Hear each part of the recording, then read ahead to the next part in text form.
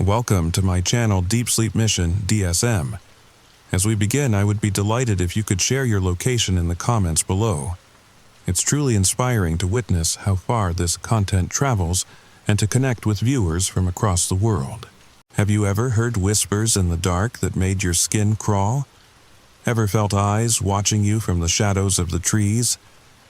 If you've ever found yourself alone in the pine barrens of New Jersey after sunset, you might understand that feeling all too well. Welcome to tonight's story, where we'll explore the truth behind one of America's most enduring legends. Make sure you're tucked in tight, because once we begin, you might find it hard to distinguish between the rustling of your blankets and something else entirely. Something with wings and eyes that pierce the darkness. But before we dive into the shadows of the Pine Barrens, hit that subscribe button and ring the notification bell. You won't want to miss our weekly journeys into America's most chilling legends. Leave a comment below with your own strange encounters in the woods. Now, let's begin our tale. The warm glow of the dashboard was the only light Pierce Coleman could see for miles as he drove down Route 539 deep in the heart of New Jersey's Pine Barrens. His GPS had lost signal 20 minutes ago, and the radio played nothing but static. Just him, his old Chevy pickup, and a million pine trees stretching into darkness. "Should have taken the main highway," he muttered to himself, tapping nervously on the steering wheel. Shortcut to nowhere. Pierce was a journalist from Philadelphia, heading to a small town called Leeds Point to interview locals about their encounters with the legendary Jersey Devil. It was meant to be a puff piece for Halloween. Nothing serious, just something to fill space in the lifestyle section. At least, that's what his editor had said. The road narrowed, and the asphalt gave way to gravel. His headlights caught something in the road ahead. A deer, perhaps. And Pierce slowed down. But when the light hit it directly, there was nothing there. "Just tired," he said, rubbing his eyes. "Just need some coffee and a decent motel." The Pine Barrens stretched for over 1,000,000 acres, making it one of the largest undeveloped areas on the eastern seaboard. A place where people could get lost and stay lost, where cell phones became useless chunks of metal and glass, where stories older than the nation itself still lingered in the air like morning mist. As Pierce rounded a bend, his headlights illuminated a small roadside diner, its neon open sign flickering weakly against the night.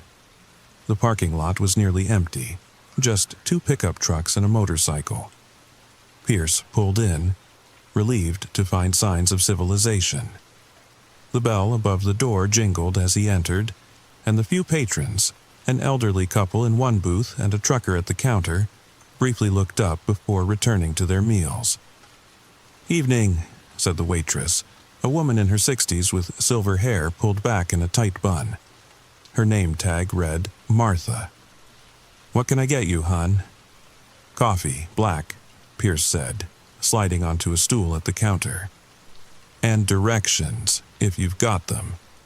I'm trying to get to Leeds Point." Martha's hand paused as she reached for the coffee pot. "Leeds Point? At this hour? I've got an interview in the morning. I'm a journalist." Martha poured his coffee slowly, deliberately. "What kind of story brings you all the way out here?" "I'm doing a piece on the Jersey Devil." Pierce smiled, expecting the eye roll he usually got when he mentioned the assignment. But Martha didn't smile back. Neither did the trucker beside him, who had stopped eating his apple pie mid-bite. "Now, why would a city boy like you be poking around in old stories like that?" the trucker asked, setting down his fork. Pierce shrugged. "Halloween issue. People love to get scared from the safety of their living rooms." Martha placed the coffee in front of him. "Some stories aren't meant for entertainment, young man." "Oh, come on," Pierce chuckled. "You don't actually believe in the Jersey Devil, do you? A flying creature with the head of a horse, bat wings, and a forked tail?" The elderly man in the booth spoke up, his voice gravelly with age. My grandfather saw it in 1909. During the week it terrorized the whole state. Saw it clear as day, standing on the roof of the barn. And my cousin Darlene, Martha added, leaning on the counter. She lost 3 goats last spring. Found them with their insides. Well, it wasn't coyotes or bears, I'll tell you that much. Pierce took a sip of his coffee, unsure if they were pulling his leg. So, you're saying it's real? I'm saying, Martha replied, that the Pine Barrens keep their secrets, and some things are better left alone. The trucker nodded. If you're set on going to Leeds Point, you'll want to stay on this road for another 15 miles, then take the fork to the right. But I wouldn't go there after dark if I were you. The Barrens play tricks, the elderly woman said softly, especially when the moon is waning. Pierce finished his coffee quickly, suddenly eager to be back on the road. These people were clearly enjoying spinning tales for the city journalist. He'd play along.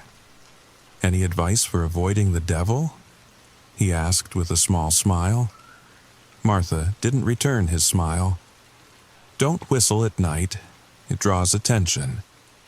Pierce paid for his coffee, leaving a generous tip, and headed back to his truck. As he started the engine, he noticed the diner's lights seemed dimmer now, the building itself somehow smaller against the vast darkness of the pines. He drove on, following the trucker's directions. The trees seemed to close in on the narrow road, branches reaching like fingers across the night sky. Every so often, he thought he saw movement in his peripheral vision, but when he turned to look, there was only darkness. About 10 miles down the road, Pierce's truck began to sputter. No, no, no, he muttered, pumping the gas pedal. The engine coughed, then died completely. Perfect, just perfect. He coasted to the side of the road and tried the ignition again. Nothing. Pierce slammed his hand against the steering wheel in frustration and reached for his cell phone. No service, of course. With a sigh, he grabbed his flashlight from the glove compartment and stepped out of the truck. The night air was cool and damp, heavy with the scent of pine.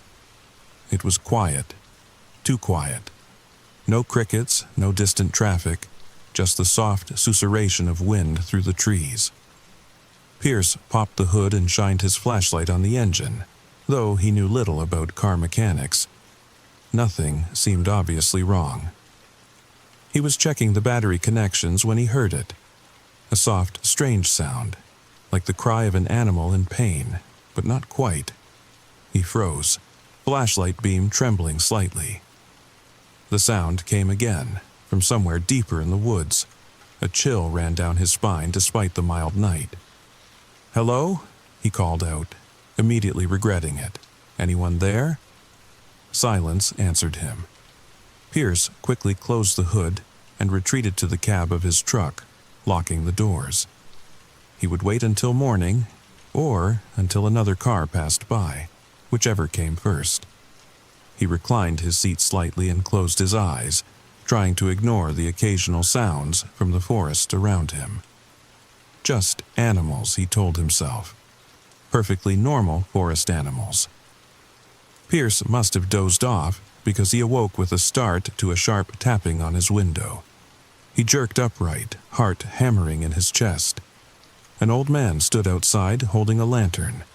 His face was deeply lined, eyes dark beneath bushy white eyebrows. He gestured for Pierce to roll down the window.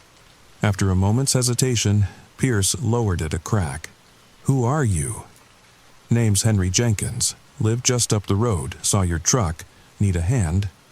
Pierce studied the man. Despite his initial alarm, Henry seemed harmless enough, just an elderly local out for a late-night walk. With a lantern, oddly enough, rather than a flashlight. "Car just died on me," Pierce explained. "I was heading to Leeds Point." "Leeds Point?" Henry's bushy eyebrows rose. "At this hour? Must be important business." "I'm researching the Jersey Devil legend. I'm a journalist." Henry was quiet for a long moment. "Well, you won't get there tonight. but my place is just a quarter-mile up.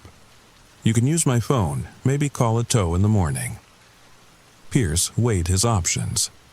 Spend the night in his truck in the middle of nowhere, or accept the old man's hospitality. Neither seemed ideal, but at least the latter offered a phone. "That's very kind of you," Pierce said finally, grabbing his backpack and jacket.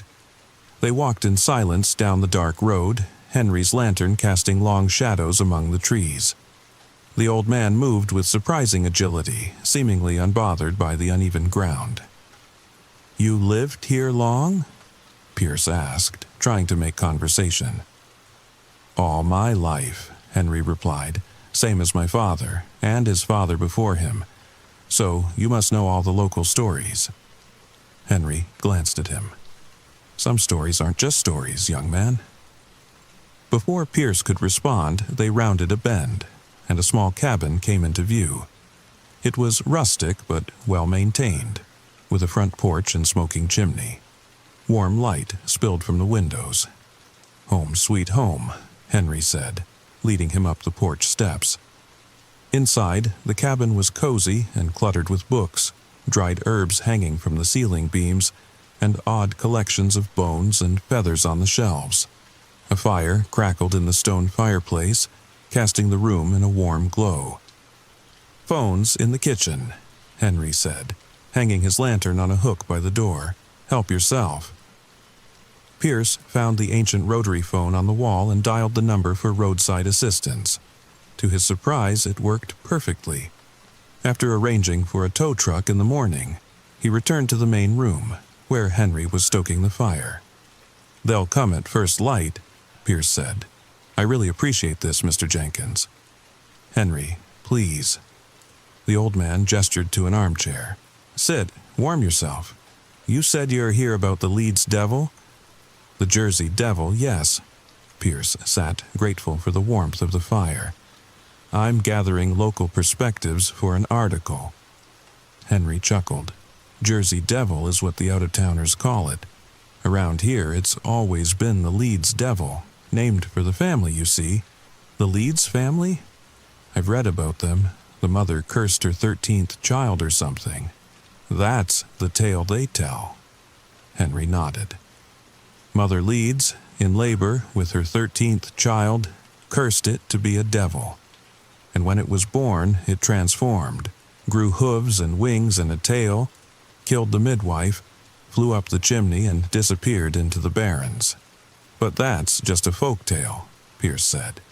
"Probably started as a way to explain birth defects or to demonize an unpopular family." Henry's eyes reflected the firelight as he gazed at Pierce. "Is that what they teach you in the city? That our stories are just ignorance dressed up as fantasy? I didn't mean—" "The Leeds family was real," Henry continued. "Mother Leeds, her real name was Deborah. She wasn't just some random woman.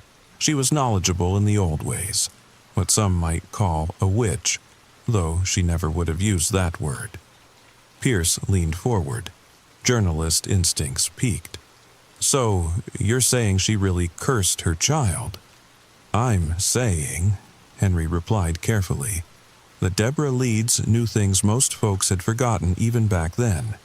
The Lenape people who lived in these woods for thousands of years before the Europeans came, they had their own tales of a creature in the barrens.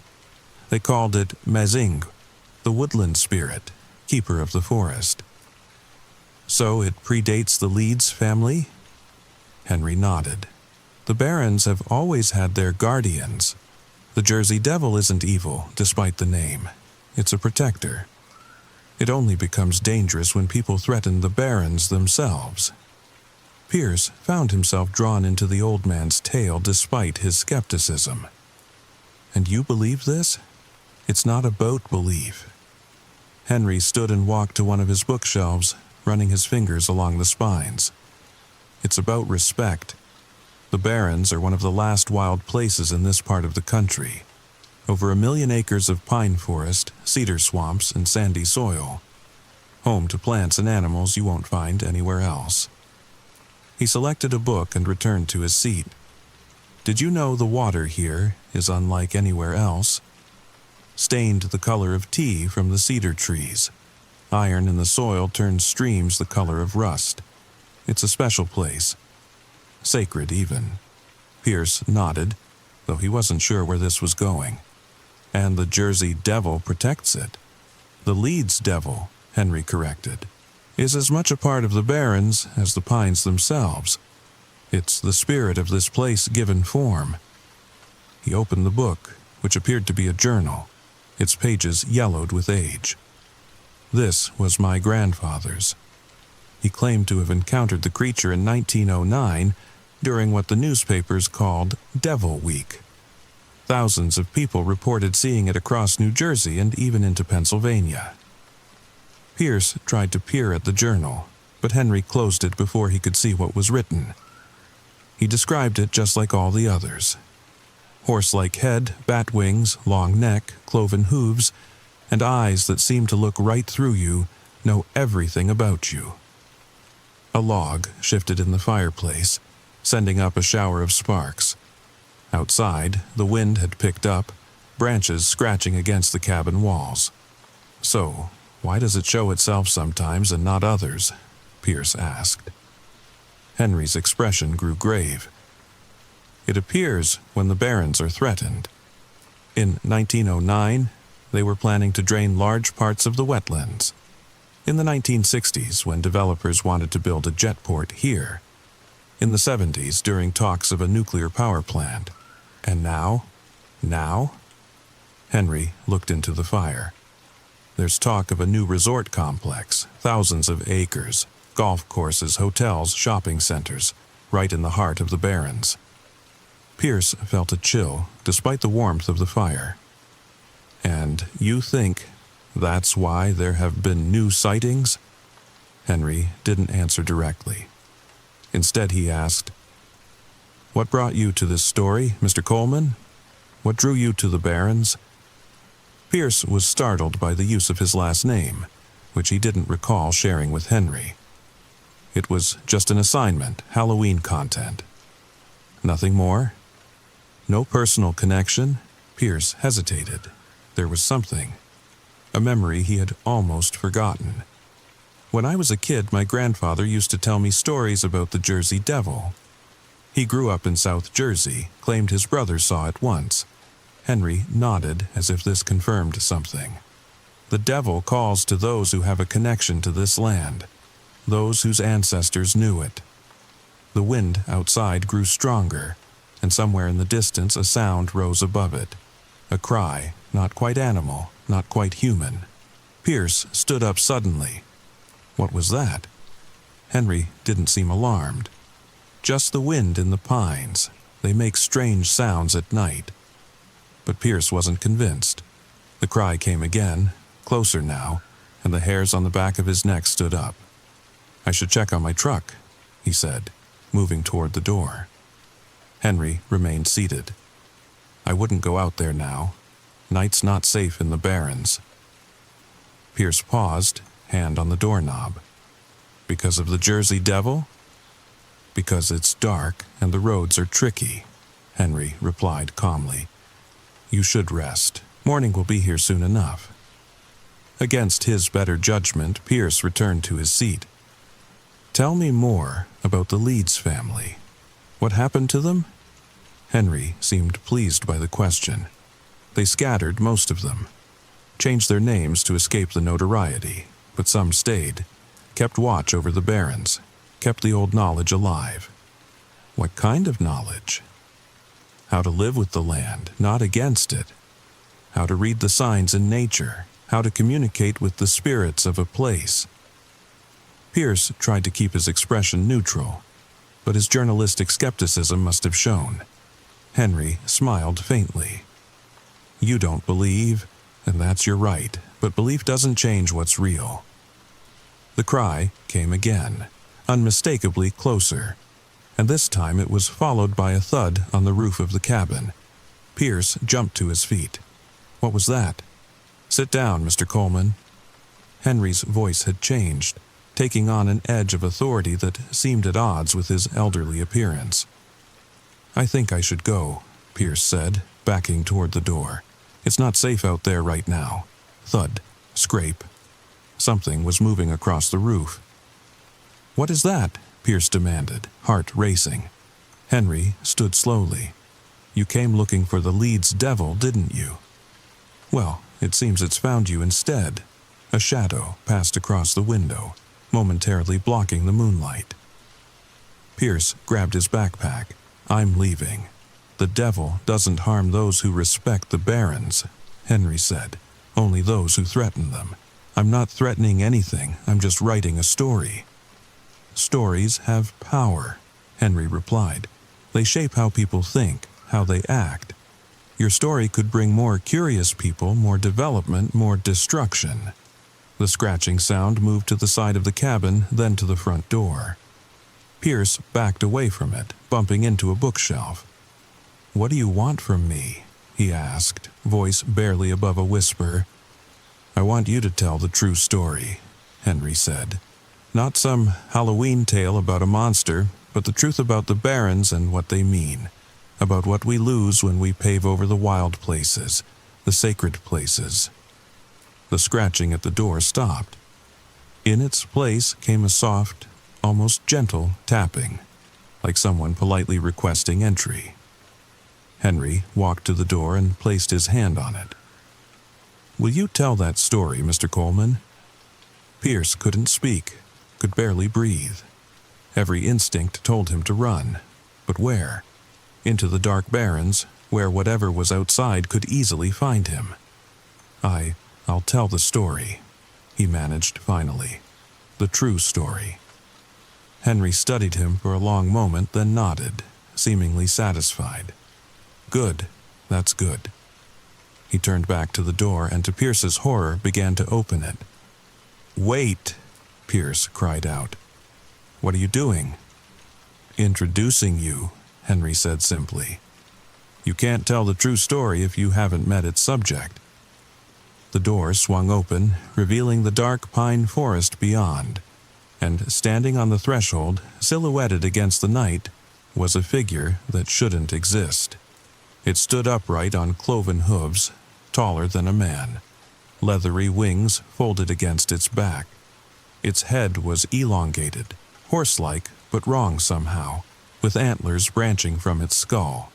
And its eyes glowed with an inner light that seemed to pierce right through Pierce, seeing everything he was, everything he had ever been. Pierce couldn't move, couldn't scream. He could only stare as the creature regarded him with those ancient, knowing eyes. This is Mr. Coleman, Henry said to the creature, as casually as if introducing guests at a dinner party. He's going to tell your story, the true story. Then he turned to Pierce. And this is the guardian of the barons.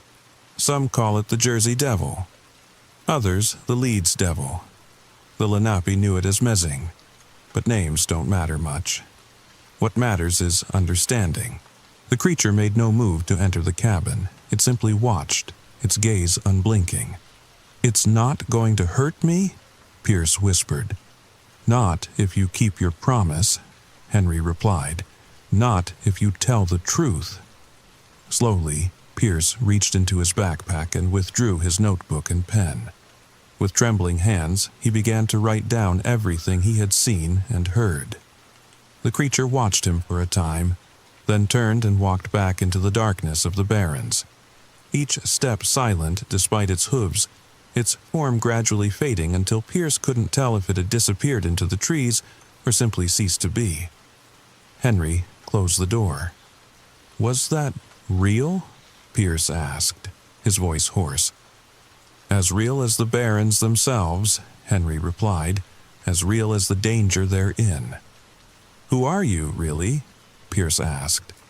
You're not just some old man living in a cabin. Henry smiled, and in that smile, Pierce saw something ancient and wise and not entirely human. I'm a Leeds, he said simply, one of the few who kept the old name, one of the keepers. And the devil, family, Henry said, after a fashion. Pierce sat up most of the night, writing feverishly by firelight, occasionally asking Henry questions that the old man sometimes answered, sometimes deflected. When morning came, Pierce stepped outside to find his truck parked in front of the cabin, engine running smoothly when he turned the key. "I thought it broke down," he said to Henry, who stood on the porch. "The Barons give what's needed," the old man replied. "Will you keep your promise, Mr. Coleman?" Pierce looked down at his notebook, filled with the true story of the Jersey Devil, not a monster but a guardian, not a curse but a blessing, not a Halloween tale, but a warning about what happens when sacred places are threatened. "I'll tell the true story," he promised. As he drove away, Pierce checked his rearview mirror. Henry stood on the porch, watching him go, and for just a moment Pierce thought he saw something else beside the old man. A tall, antlered figure, its wings unfurled against the morning sky. But when he blinked, there was only Henry, raising his hand in farewell. "Back to you." So now you know the truth behind the Jersey Devil. Not a demon or a monster, but a protector of one of America's last wild places. The next time you hear strange sounds in the forest, or feel eyes watching you from the shadows, remember, it might not be something evil. It might be something ancient, something that was here long before us, and will remain long after. The Jersey Devil still haunts the Pine Barrens, not because it's cursed, but because it's bound to the land it loves, just as we all are if we only knew it. Sleep tight tonight, and perhaps dream of wild places where mysteries still live. And if you enjoyed this journey into American folklore, don't forget to like, subscribe, and share your own strange encounters in the comments below. What creatures guard the wild places near your home? Until next time, remember, sometimes the monsters in our stories aren't monsters at all. Sometimes they're the heroes we've forgotten how to recognize. Story number 2. Ever had that feeling of being watched in your own home? That prickle on the back of your neck that tells you something's not right? I never believed in those stories, until it happened to me. My name is Alex Walker, and the bizarre events I'm about to share have haunted me for months. I've debated whether to tell anyone, but I need answers. If you've experienced anything similar, please share in the comments. And if you haven't yet subscribed to this channel, you might want to, because the strangest part, these occurrences are becoming more frequent, and I don't know how this ends. The story begins now. The house on Maple Street was everything I dreamed of. A charming craftsman with a wraparound porch in a quiet neighborhood just outside of Portland, Oregon. After living in cramped apartments in the city for years, the space felt luxurious. 3 bedrooms, 2 bathrooms, a finished basement, and a backyard with tall pine trees that whispered in the wind. The real estate listing described it as a character home with history, and at a price I could actually afford, it seemed too good to be true. Maybe it was. The previous owners, an elderly couple, had moved to Florida to be closer to their grandchildren. At least, that's what my realtor told me. The house had been on the market for nearly a year, which seemed odd given the hot housing market, but I didn't question my good fortune. Sometimes these older homes take a while to find the right owner, my realtor, Diane, had said with a smile that didn't quite reach her eyes. They can be particular. I laughed it off at the time. Now, I wonder if she knew something I didn't. The first night in my new home was exactly what you'd expect. Boxes everywhere. Takeout pizza on a folding table. An air mattress that slowly deflated as I slept. Nothing unusual, except for the dream. I dreamed of walking through my house, except it wasn't quite my house. The layout was the same, but the walls were covered in old-fashioned floral wallpaper I'd never seen before. And there was someone else there. A figure at the end of the hallway, watching me. I couldn't see their face, just a silhouette, but I knew they were smiling. Not in a friendly way. In my dream, I called out, "Hello," but no sound came from my mouth. The figure raised a finger to where their lips would be, shh, and then stepped backward, disappearing into the wall. I woke with a start at exactly 3:17 a.m., heart pounding. Just a dream, I told myself. Just a dream brought on by sleeping in a new place. The next day was consumed with unpacking. I'm methodical about these things. Kitchen first, then bathroom, bedroom, living room. By evening, the house was beginning to look lived in. I ordered Chinese food, poured myself a glass of wine, and settled onto my couch to watch Netflix. That's when I heard it for the first time. A soft tapping sound, tap, tap, tap, coming from somewhere inside the walls. Old houses make noise, I reminded myself. They settle, they creak. It's normal. I turned up the volume on my show and tried to ignore it. But the tapping continued, maintaining the same steady rhythm. Tap, tap, tap. After 15 minutes, I paused my show and stood up. "Hello?" I called out, feeling foolish. The tapping stopped immediately. Maybe it was a branch against the side of the house, or a loose shutter. I walked through each room, checking windows and doors, but found nothing amiss. When I returned to the living room, the tapping had stopped. I finished my wine, watched another episode, and headed to bed, chalking it up to normal house noises. That night, I dreamed of the figure again. This time, they were in my bedroom, standing in the corner, watching me sleep. Again, I couldn't see their face, just a dark silhouette against the darker wall. I tried to scream, but couldn't make a sound. The figure slowly raised its hand and pointed at something behind me. I wanted to look, but I couldn't move, couldn't turn my head. I woke at 3:17 a.m. again, drenched in sweat. My bedroom was empty, of course, just normal shadows cast by the streetlight filtering through my curtains. I got up, splashed cold water on my face, and went back to bed, leaving the bathroom light on like a child afraid of the dark. The next morning, I found a small puddle of water on my kitchen floor.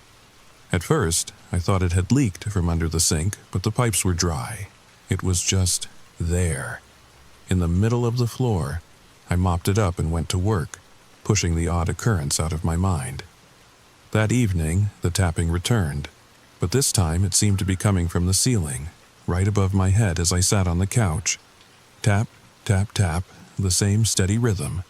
"It's just the house settling," I said aloud, as if hearing my own voice would make it true. But houses don't settle in perfect, rhythmic patterns. I turned off the TV and listened. Tap, tap, tap. Always 3 taps, then a pause, then 3 more. Almost like Morse code, or like someone trying to get my attention. "Is someone there?" I called out, immediately feeling ridiculous. The tapping stopped. I waited, barely breathing. Then, from the basement, tap, tap, tap. A chill ran down my spine. Was someone in my house? I grabbed my phone, ready to call 911, and crept toward the basement door. With trembling fingers, I flipped on the light switch and peered down the stairs. Nothing. Just my washer and dryer, some storage boxes, and the old workbench the previous owners had left behind. I took a deep breath and descended the stairs slowly, phone clutched tightly in my hand. The basement was cool and smelled faintly of laundry detergent and old wood.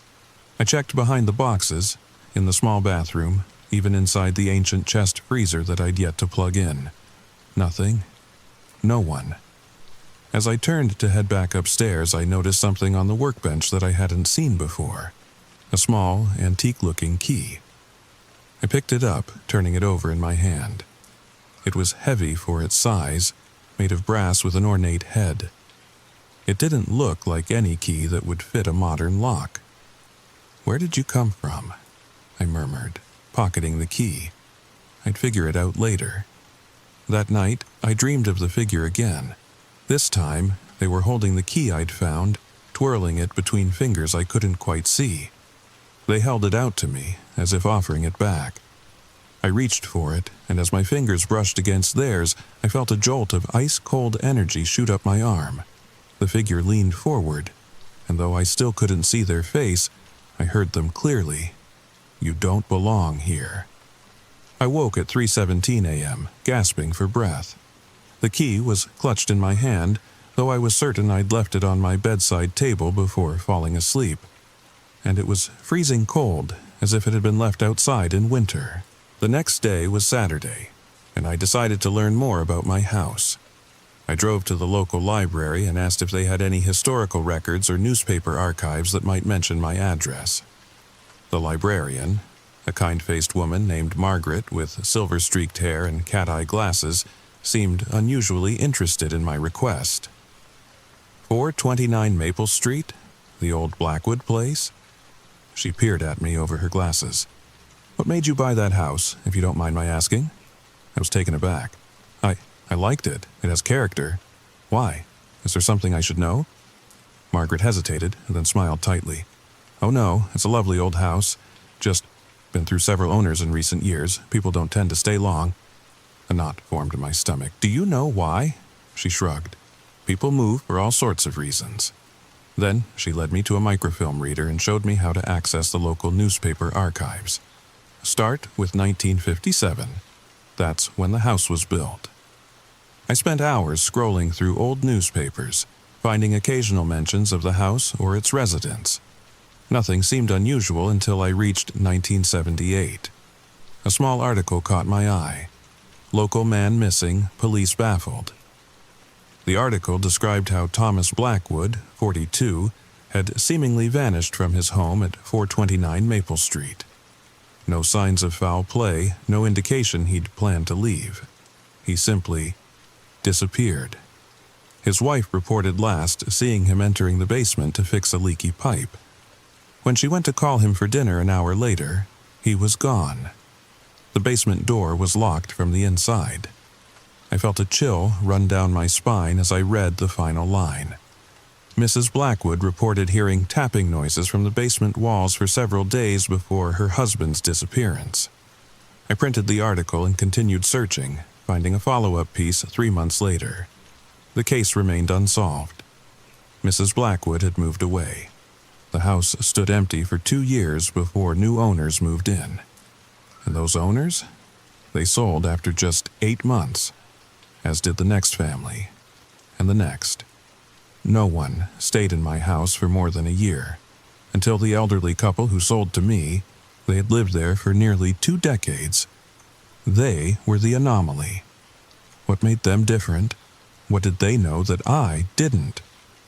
As I was about to leave, Margaret approached my table. "Find anything interesting?" she asked, her eyes flickering to the printed articles. "Actually, yes. Did you know about Thomas Blackwood disappearing?" She nodded slowly. "I was a girl when it happened. It was quite the scandal. Some people thought his wife did something to him, but nothing was ever proven." "And what do you think happened?" Margaret glanced around, then lowered her voice. "My grandmother used to say that house was built wrong, that the builder cut corners, didn't respect the land. She said the house takes people sometimes. Sounds crazy, I know. Takes people? What does that mean?" "Just old superstitions." She straightened up. "But if I were you, I'd be careful in that basement. And if you hear tapping, don't answer it." I drove home with a heavy feeling in my chest. The rational part of my brain said this was nonsense. Houses don't take people. But another part, a more primal part, whispered that something wasn't right about my dream. The tapping, the key, the puddle of water. All coincidences, sure, but how many coincidences does it take before it becomes a pattern? When I got home, I went straight to the basement, the newspaper articles clutched in my hand. I stood at the bottom of the stairs, looking around with new eyes. What had happened to Thomas Blackwood? Had he somehow been trapped in here? Had he died in this room? The key. I suddenly remembered the key I'd found on the workbench. I pulled it from my pocket and examined it again. It looked old enough to date back to the 1970s, maybe even older. I began searching the basement walls, looking for a keyhole, a hidden door, anything that might explain what happened to Thomas. After an hour of tapping on paneling and measuring for discrepancies in the room dimensions, I found nothing. Frustrated, I sat on the bottom step, turning the key over in my hands. "What are you for?" I muttered. Tap, tap, tap. I froze. The sound was coming from directly behind me, from the wall beside the stairs. Tap, tap, tap. Slowly, I stood and approached the wall. It was covered in the same wood paneling as the rest of the basement, nothing to distinguish it. I pressed my ear against it. Tap, tap, tap. It was definitely coming from inside the wall or behind it. I knocked on the paneling. It sounded hollow. Heart racing, I began pressing against different sections of the wall, looking for a latch or a loose panel. Near the bottom, one section moved slightly under my hand. I pushed harder, and with a soft click, a small door swung open, a door disguised to match the paneling perfectly. Behind it was a keyhole. My hands trembling, I inserted the brass key. It fit perfectly. I hesitated for a moment. Did I really want to know what was behind this hidden door? But curiosity overcame fear, and I turned the key. The lock mechanism was stiff from disuse, but with a firm twist, it gave way. I pulled the small door open wider, revealing a dark space beyond. The smell that wafted out was musty and stale, like air that hadn't circulated in decades. I took out my phone and turned on the flashlight.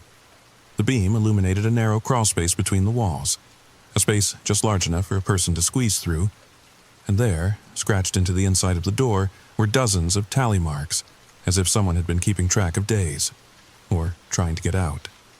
"Hello?" I called into the darkness, my voice wavering. "Is anyone in there?" Silence answered me. I shone my light further into the crawlspace. It seemed to extend along the entire wall, turning a corner at the far end. Someone could easily get lost in there, or worse, trapped if the door closed behind them. Was this what happened to Thomas Blackwood? Had he discovered this space, crawled in to investigate, and somehow gotten trapped? The thought made my skin crawl. I was about to close the door. This was definitely something for the police to investigate, when I heard it again. Tap, tap, tap, but this time it was coming from around that corner, deeper in the crawlspace. Every instinct told me to slam the door shut, lock it, and call the police. But what if someone was trapped in there? What if they needed help? I took a deep breath and, against my better judgment, began to squeeze into the crawlspace. The passage was tight, the ceiling so low I had to crouch uncomfortably. Cobwebs clung to my hair and face as I inched forward, my phone's flashlight barely penetrating the thick darkness ahead. The wood creaked beneath my weight, and I wondered how old these hidden passages were. Had they been built with the house, or added later? And for what purpose? As I neared the corner, the tapping grew louder. Tap, tap, tap, regular as a heartbeat. I paused, listening. It seemed to be coming from just around the bend. "Hello?" I called again. "Is someone there? Do you need help?" The tapping stopped abruptly. The silence that followed was somehow worse than the noise had been. I steeled myself and peered around the corner. My flashlight beam played over rough wooden walls, more cobwebs, and a small, makeshift living space. There was a moldy blanket spread on the floor, a few empty tin cans, and scratched into every surface more tally marks. Hundreds of them. And crude drawings. A sun, a tree, a house. The desperate artwork of someone trying to remember what the outside world looked like. Someone had lived here, or been imprisoned here. But that wasn't the most disturbing thing. In the center of the blanket was a fresh water bottle, the kind you'd buy at any convenience store today. And beside it, half-eaten, was a sandwich that couldn't be more than a few hours old. Someone had been here. Recently. Maybe they still were. I backed away, suddenly aware of how vulnerable I was, trapped in a narrow space where I could barely stand, let alone run. I needed to get out, to call the police. As I turned to retreat, my flashlight caught something else. A small pile of personal effects in the corner. A wallet, a watch, a set of keys, modern keys, for a car and house, and a photo, a smiling family, mother, father, young daughter, standing in front of a house. My house. With shaking hands, I picked up the wallet and opened it. The driver's license inside showed a man in his 30s, brown hair, friendly eyes. Matthew Collins, the previous owner, the man who supposedly moved to Florida with his wife. But his wallet was here, in this hidden room, along with his watch and keys. I dropped the wallet as if it had burned me. Something was very wrong. Had Matthew Collins discovered this room like Thomas Blackwood before him? Had he met the same fate? And where was his wife? A sudden noise behind me made me whirl around, heart pounding. A soft scraping sound like something or someone moving along the passage toward me. I didn't wait to see what it was.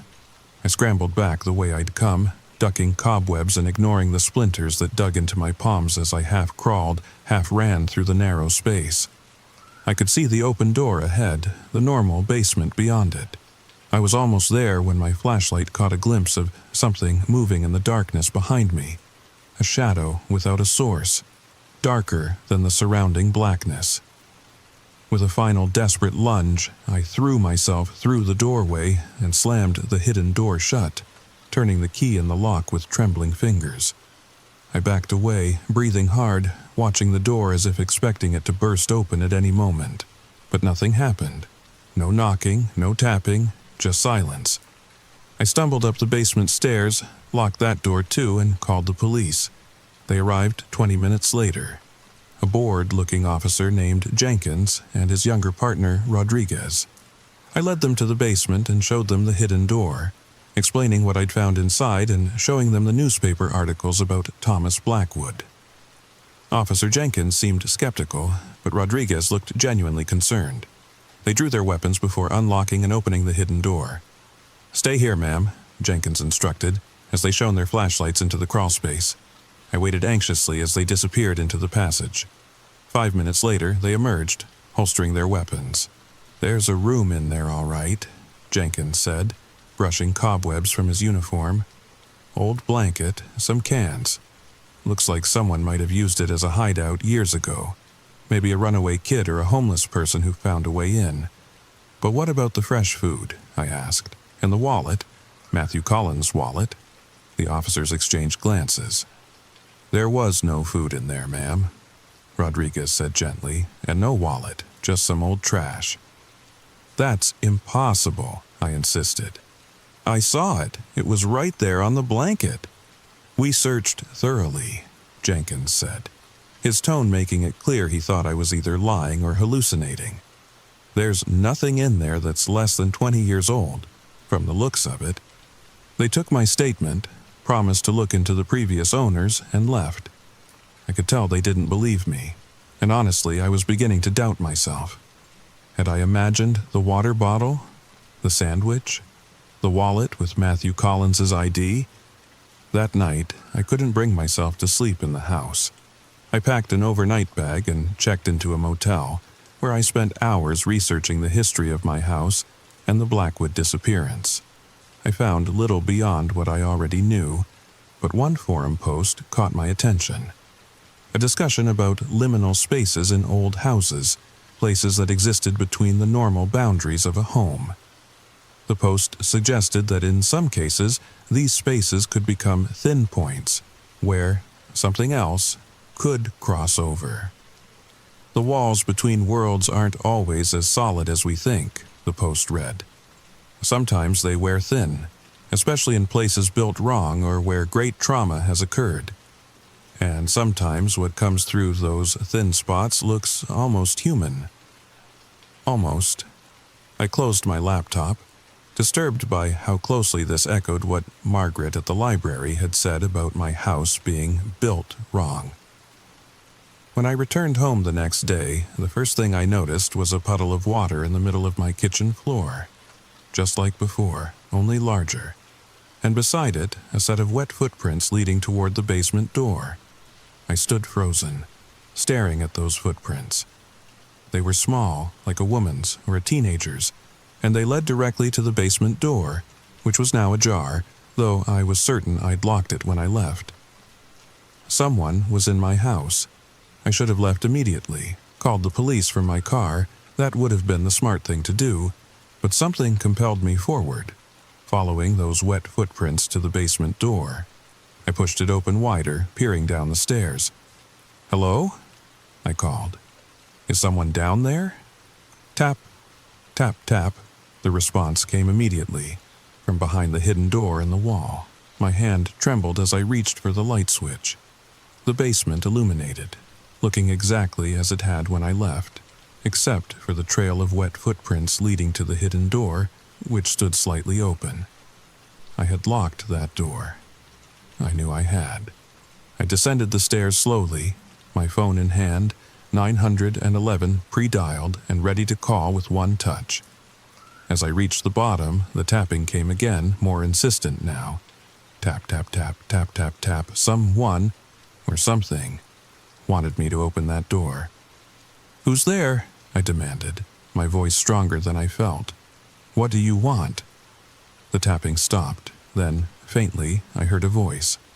A woman's voice, hollow and distant, as if speaking through water. "Help me." A chill ran down my spine. It could be a trap. It could be anything waiting behind that door. But that voice, it sounded so desperate, so human. I approached the hidden door, still ajar, and pushed it open wider. The dark passage beyond seemed to swallow the light from the basement. "Hello?" I called into the darkness. "Who's in there?" "Help me." The voice came again, weaker this time. "Please." I pulled out my phone and turned on the flashlight again, shining it into the crawlspace. The beam caught something moving at the far end, where the passage turned.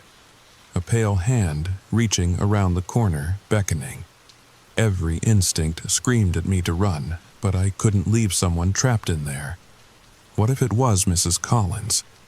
What if she'd been in there all this time, somehow surviving while her husband... I didn't finish the thought. Instead, I took a deep breath and entered the crawlspace again. The passage seemed narrower than before, the ceiling lower. I had to crouch even more uncomfortably as I made my way towards that beckoning hand, my flashlight beam bouncing off the rough wooden walls. "I'm coming," I called. "Hold on." As I neared the corner, the hand withdrew. I hesitated, then peered around the bend. The space beyond was empty, no sign of whoever had been calling for help. But the blanket was there, just as I'd seen before, and on it, the water bottle and half-eaten sandwich, and the wallet. Everything exactly as I'd described to the police. Everything they'd claimed wasn't there. I picked up the wallet with trembling fingers and opened it again. Matthew Collins smiled up at me from his driver's license, blissfully unaware of whatever fate had befallen him in this house. A soft sound behind me made me turn, a footstep, the gentle creak of wood under weight.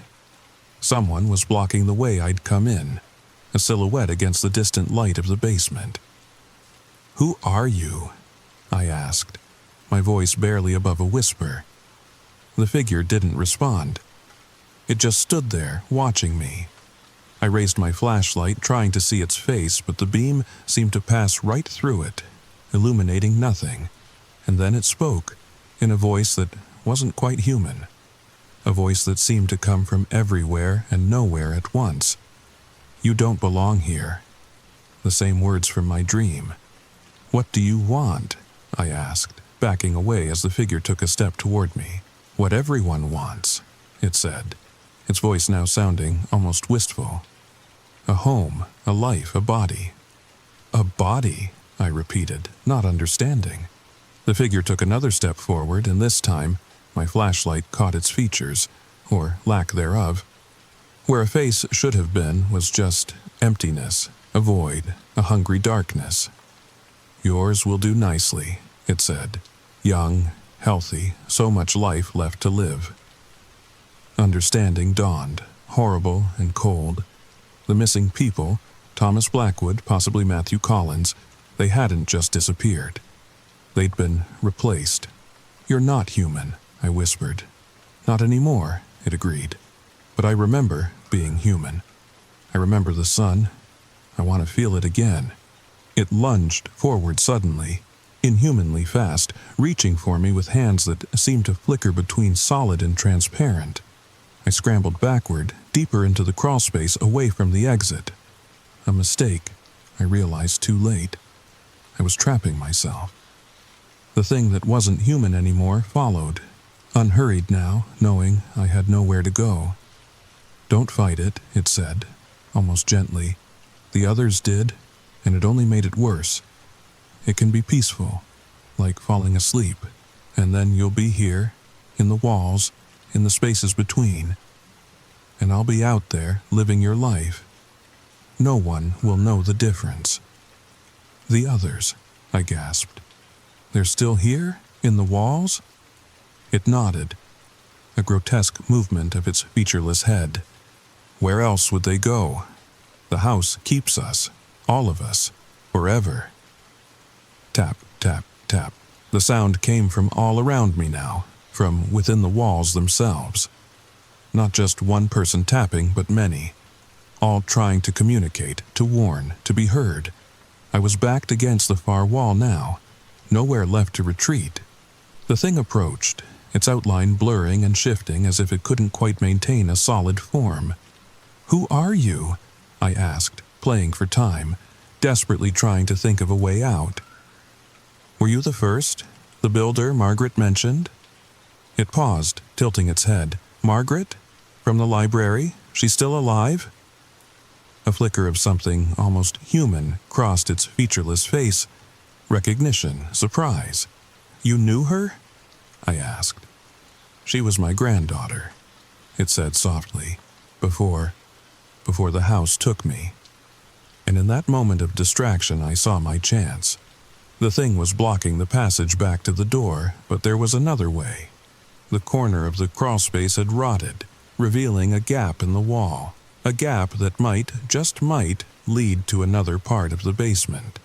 Without hesitation, I threw myself at the rotted wood, crashing through it with the force of pure desperation. Splinters tore at my skin as I tumbled through, landing hard on a concrete floor beyond. I was in another part of the basement, a storage area I hadn't explored yet, filled with old furniture covered in dust cloths. Behind me, the thing howled in rage, its voice no longer even attempting to sound human. I scrambled to my feet and ran, weaving between covered armchairs and tables, heading for a door I could see at the far end. Behind me, I heard the thing crashing through the rotted wall, giving chase. I reached the door and yanked it open, finding myself back in the main part of the basement, near the stairs. Freedom was just steps away. But as I raced for the stairs, the basement door at the top slammed shut. The lock clicked. I was trapped. Frantically, I looked around for another way out.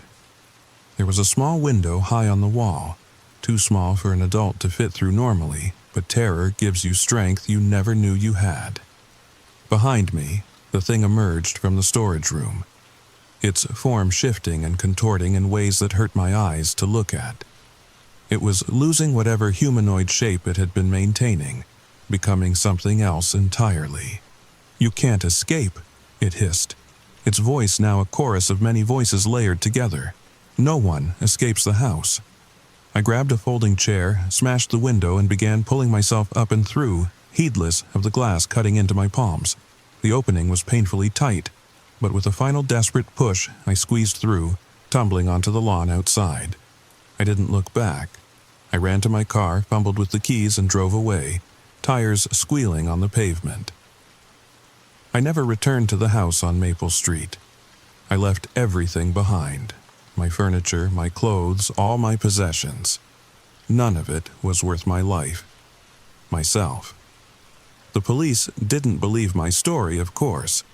They investigated the house and found no hidden passages, no crawlspaces between the walls, no evidence of Matthew and Ellen Collins having met with foul play. According to records, they were indeed living happily in Florida. But I know what I saw. I know what almost happened to me. The house on Maple Street is on the market again, listed at a surprisingly affordable price. The real estate description calls it a character home with history. Perfect for a young family, it says. Plenty of space to grow.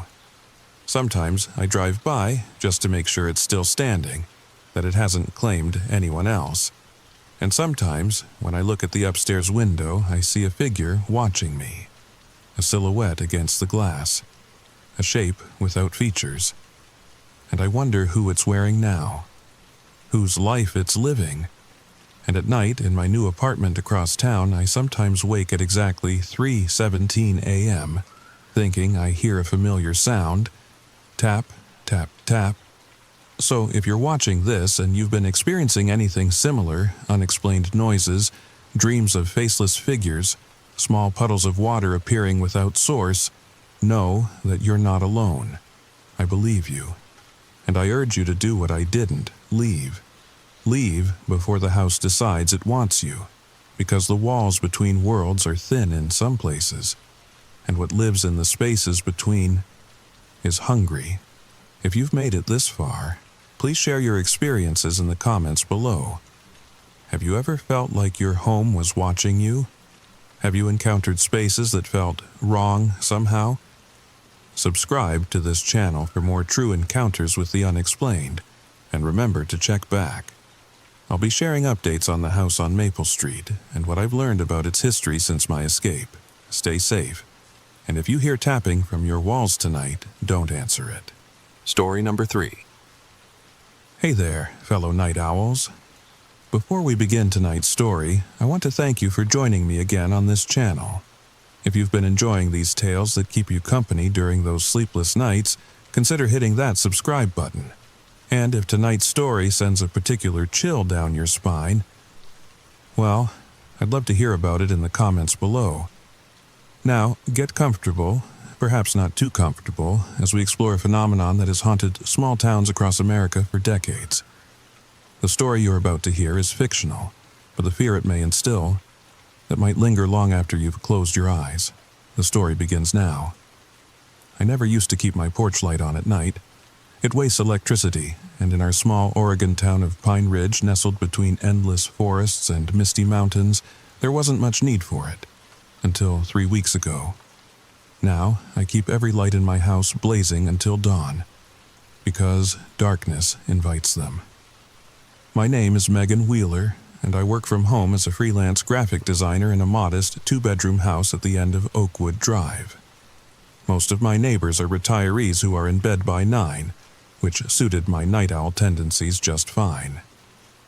I cherished the peaceful solitude of those quiet hours.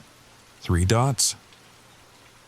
It was a Tuesday evening in late October when the first strange thing happened. I was at my desk finishing a project for a client in Seattle, my second cup of chamomile tea growing cold beside my keyboard. Outside, a storm was brewing. The wind whispered through the trees and occasional raindrops tapped against my window like impatient fingers. I remember thinking how cozy it felt to be inside while nature raged beyond my walls. At precisely 11:17 p.m., I remember checking my computer clock. There was a knock at my front door. 3 rapid taps, followed by 2 slower ones. Tap, tap, tap, tap, tap. I froze, my hands hovering over my keyboard. In 3 years of living here, no one had ever knocked on my door after 8 p.m. Ever. Probably just Mrs. Abernathy from next door, I murmured to myself, though something in my gut tightened with uncertainty. Maybe her cat got out again. I stood up and padded across the hardwood floors to the entryway. Through force of habit, I reached for the doorknob without checking the peephole. But something stopped me. A coldness that wasn't from the autumn air seemed to seep through the door, wrapping icy fingers around my wrist. I pulled my hand back and instead leaned toward the peephole. The porch light was off. I'd forgotten to turn it on again, but in the dim spillover from my living room windows, I could make out a small figure standing perfectly still. A child, it seemed. A boy of maybe 12 years old, wearing a dark hoodie pulled up over his head. "Hello?" I called through the door. "Can I help you?" The child didn't move. Didn't shift from foot to foot like kids normally do. Didn't look around. Just stood there, face tilted slightly downward, hands hidden in the front pocket of his hoodie. "It's pretty late, honey. Are you okay? Do you need me to call someone?"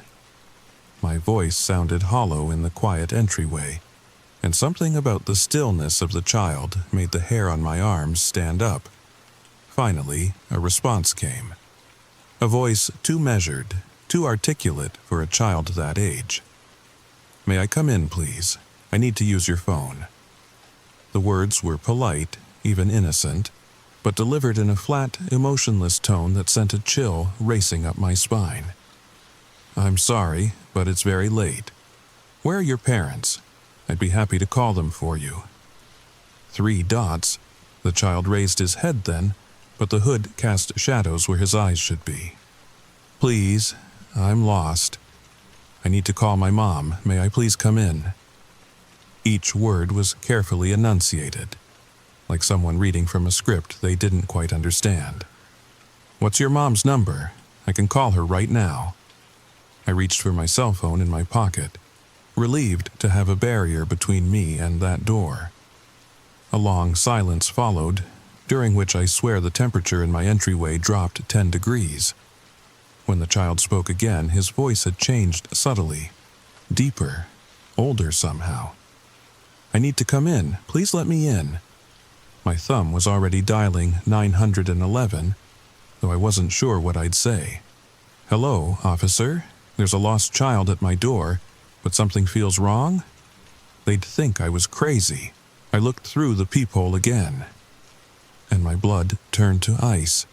The child had moved closer to the door, impossibly closer, as I hadn't heard a single footstep on my creaky porch boards. And he had tilted his face up directly toward the peephole, as if he knew exactly where I was looking from. I could see his face clearly now, pale, almost translucent skin, no expression whatsoever.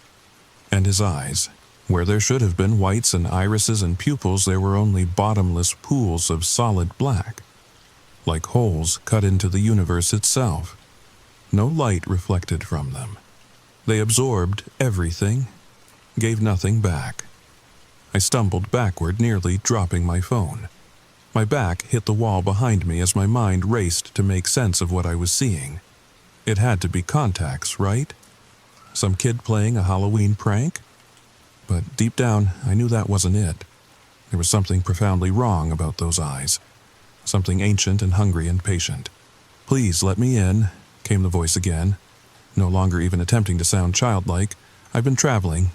I'm so tired, I just need to come in for a little while." My finger hovered over the call button on my phone. But before I could press it, another voice joined the first one. Higher pitched, a little girl's voice. "We won't hurt you. We just need to use your phone. Don't you want to help us?" I hadn't seen a second child through the peephole. Forcing myself to look again, I saw that the boy had been joined by a smaller figure, a girl no older than 8, with long straight hair and the same dark, all-consuming eyes. They stood side by side, 2 perfect statues on my porch, staring at my door as if they could see through it, as if they could see me. "Go away," I finally managed to say, my voice breaking. "Please just go away, or I'm calling the police." The girl tilted her head at an unnatural angle. "You won't call anyone. You'll let us in. It's cold out here." It was then that I noticed something else strange. Despite the rain that had been starting when I sat down to work, neither child was wet. Not a drop on their clothing. Not a strand of hair out of place. 1 dot. I took out my phone, finally hitting the call button. As it rang, I heard the knocking begin again. Tap, tap, tap, tap, tap. 911, what's your emergency? I opened my mouth to speak, but no words came out. How could I explain this? "Hello, this is 911. Do you have an emergency? There are children I finally whispered. "At my door, something's wrong with them. Their eyes are completely black, and they won't leave." There was a pause on the other end of the line. "Ma'am, are the children in distress?" "No, they're just standing there. But something's not right. I live at the end of Oakwood Drive, 1487. Please send someone." "All right, ma'am. I'm dispatching an officer to your location now. Should take about 15 minutes." I nodded, then realized the dispatcher couldn't see me. Yes, I will." And I tried.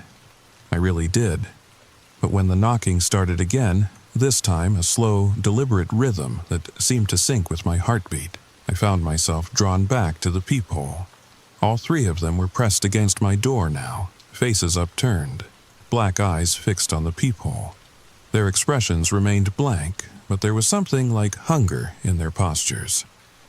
The teenager spoke this time, his voice cracking in a way that might have been typical for his age, if it hadn't been underlaid with something that sounded ancient. "We can see you watching us. Why won't you help us? Don't you want to be a good person? Please, just open the door." My hand twitched toward the deadbolt, and I yanked it back as if burned. What was I doing? Part of me, some deep, primal part, had almost opened the door, had almost invited them in. I backed away, clutching my phone like a lifeline. "Stay away from me," I called out, voice trembling. "The police are coming." "Why would you call the police on children?" the girl asked, her voice sweet but hollow. "We just need help. Don't you want to help us?" 3 dots. In the distance, I heard the blessed sound of a siren. Relief flooded through me, my knees nearly buckling. The police were coming. Everything would be okay. I looked through the peephole one last time. The porch was empty. They were gone. When Officer Davis arrived, I was sitting on my couch, every light in the house blazing, a kitchen knife clutched in one hand.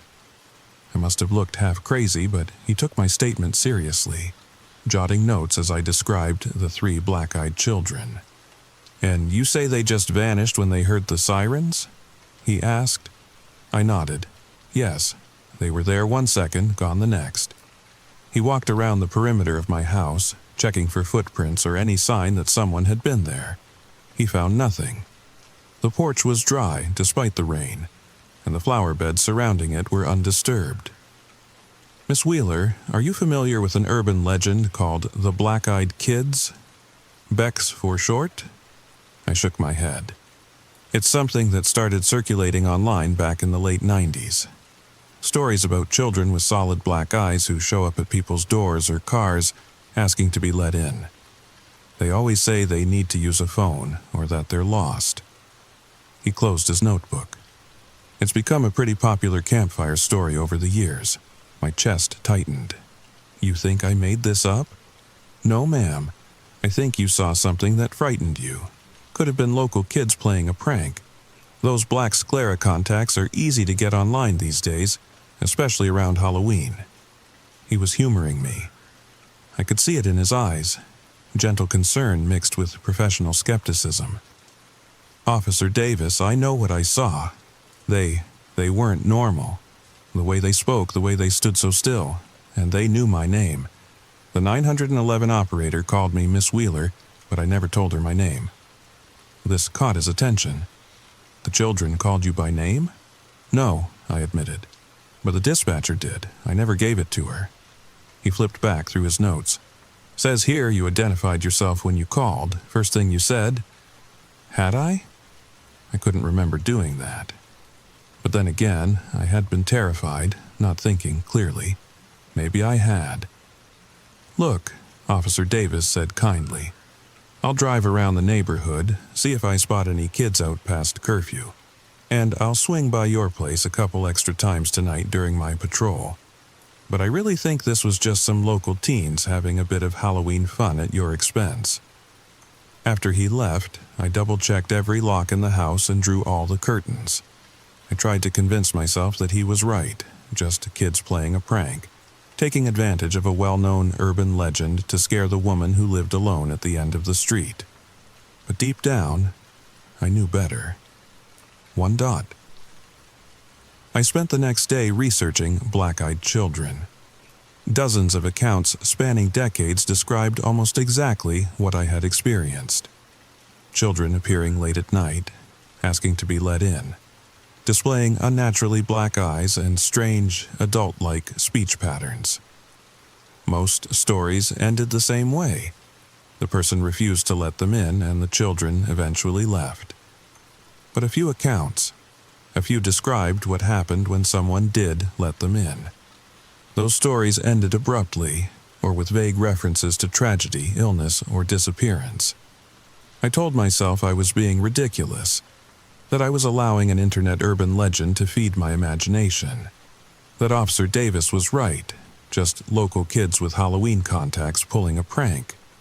But I still bought new deadbolts for every exterior door and motion-activated floodlights for the yard. 3 days passed without incident. The memory began to fade, becoming more dream than reality. I started sleeping better, working later, regaining my normal routine. Then came Friday night. 3 dots. I was in the kitchen making a late dinner when my cell phone rang. Unknown number. "Hello?" I answered, cradling the phone between my ear and shoulder as I stirred pasta sauce. Silence on the other end. Then, faintly, what sounded like children whispering to each other, too quiet for me to make out the words. "Hello, who is this?" I asked, lowering the heat on the stove. "Megan." Not a question, a statement, a child's voice, but with an adult's cadence. "Why won't you let us in, Megan? Everyone needs help sometimes." The wooden spoon clattered to the floor. I hadn't told them my first name, I was certain of that. "Who is this?" I demanded, my voice rising. "This isn't funny." "We're still waiting, Megan. We're patient. We can wait as long as it takes." I hung up, hands shaking so badly I nearly dropped the phone. Immediately it rang again, same unknown number. I declined the call. It rang again, and again, and again. On the 6th call, I turned off my phone entirely and unplugged the landline I rarely used. The sudden silence in the house was almost worse than the ringing. I found myself straining to hear any sound from outside. Footsteps on the porch, breathing at the windows. The soft tap-tap-tap that had haunted my dreams for days. Nothing came. Just the normal creaks and groans of an older house settling for the night. I didn't sleep. I sat in my living room, lights on, a baseball bat across my lap, waiting for morning. When dawn finally broke, I felt foolish, sleep-deprived and paranoid, jumping at shadows. I made coffee, strong and black, and took it out to my back deck. The morning was crisp and clear, the grass silvery with dew, birds chattering in the pine trees that bordered my property. In the daylight, my fears seemed childish.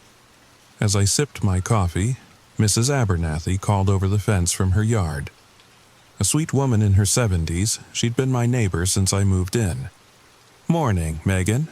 Early bird today, aren't you?" I forced a smile. "Just enjoying the sunrise, Mrs. A. How are you?" "Oh, can't complain. Say, did those kids ever find their parents? The ones looking for them the other night?" My coffee mug froze halfway to my lips. "What kids?" Mrs. Abernathy frowned, tapping a gnarled finger against her chin. "Let's see, must have been Tuesday night. Some man came around asking if I'd seen his children. A boy and a girl, he said. Thought they might have come to my door. Tuesday night. The same night they came to my door." "What?" "What did this man look like?" I asked, fighting to keep my voice casual. "Tall fellow. Wore a baseball cap pulled down low so I didn't get a good look at his face. But he was concerned, poor thing. Said his kids had wandered off while they were setting up camp in the woods. Did you see his eyes, Mrs. A?" She gave me an odd look. "His eyes? No, dear. Like I said, hat pulled low. Couldn't really see much of his face at all." She paused. "Why do you ask?" "No reason," I lied, "just curious." We chatted a bit more before she went inside to watch her morning programs. I sat on my deck long after my coffee went cold, watching the tree line beyond my yard with newfound wariness. They were escalating, involving others now, creating a backstory. That night, I drove to my sister's house 2 towns over. I didn't tell her about the black-eyed children. She would have thought I was having some kind of breakdown. Instead, I claimed a pipe had burst in my basement and I needed a place to stay while it was fixed. Lisa was happy for the company. She lived alone too, though in an apartment complex with plenty of neighbors and security cameras. I felt safe there, surrounded by other people and the comforting sounds of normal life. Televisions playing, people talking and laughing, cars coming and going in the parking lot. On Sunday night, my last night at Lisa's before I had to return home and back to work, her buzzer rang just after midnight. "Who the heck is that at this hour?" she muttered, shuffling to the intercom. "Hello?" The response came through the tinny speaker, clear enough that I could hear it from the couch where I'd been reading. "Hi. We're looking for Megan Wheeler. We know she's here." Everything inside me went still. Like prey sensing a predator, my body froze before my mind could fully process what I'd heard. Lisa threw me a confused look over her shoulder. "How weird. Some kids looking for you at this hour?" I was already on my feet, grabbing her arm to stop her from pressing the button that would unlock the building's main entrance. "Don't let them in," I whispered urgently. "Please, Lisa, don't let them in." The confusion on her face deepened, edged now with concern. "Megan, what's going on? Do you know these kids?" The buzzer sounded again, more insistent this time. 3 long buzzes that seemed to vibrate through my very bones.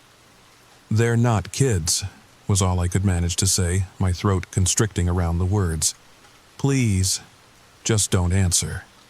Lisa gently freed her arm from my grip. Okay, calm down. I won't let anyone in, but you're kind of freaking me out here."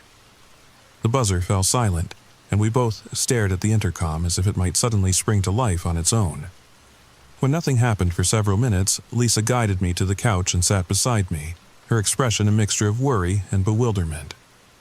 "Want to tell me what that was all about?" she asked.